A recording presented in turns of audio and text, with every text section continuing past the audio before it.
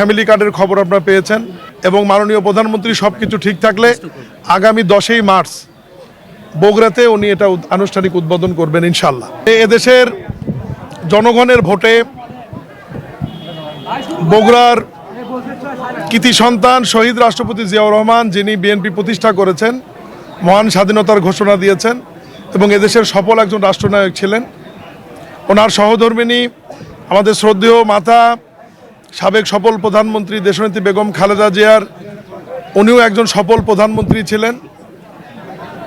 সব কিছু মিলে দীর্ঘ 17-18 বছর পরে দেশের মাটিতে ফিরে বগুড়ার কৃতি সন্তান মাননীয় প্রধানমন্ত্রী জনাব তারেক রহমান জনগণের উদ্দেশ্যে একটি বার্তাই দিয়েছিলেন যে আই হ্যাভ এ প্ল্যান, এবং আমি দেশের মানুষের শান্তি চাই, শৃঙ্খলা দেখতে চাই, উন্নয়ন চাই।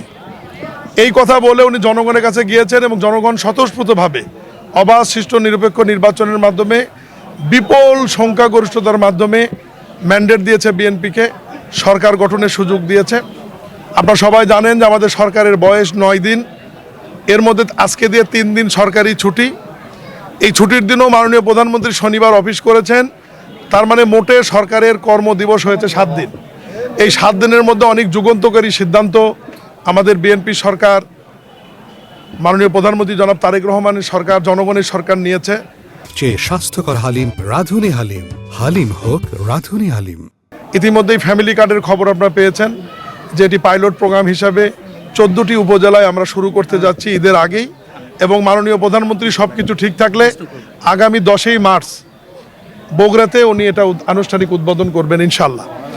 এরপরে কৃষকদের জন্য যে কৃষক কার্ড, এটিরও কমিটি করে দেওয়া হচ্ছে। ইতিমধ্যেই মন্ত্রী পরিষদের বৈঠকে একটি আন্তঃমন্ত্রণালয়ের কমিটি করে দেওয়া হয়েছিল, সেখানে প্রাথমিক সিদ্ধান্ত হয়েছে বাংলাদেশের প্রত্যেকটি ইউনিয়নের একটি করে মসজিদ হলেও ঈদের আগে পাইলট প্রোগ্রাম হিসাবে এটা আমরা শুরু করতে যাচ্ছি।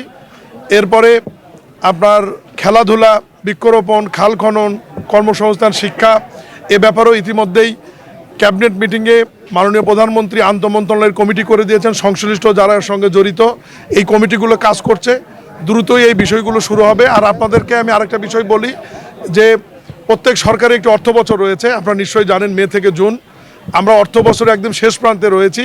এই বাজেটটি গত অন্তর্বর্তীকালীন সরকারের বাজেট।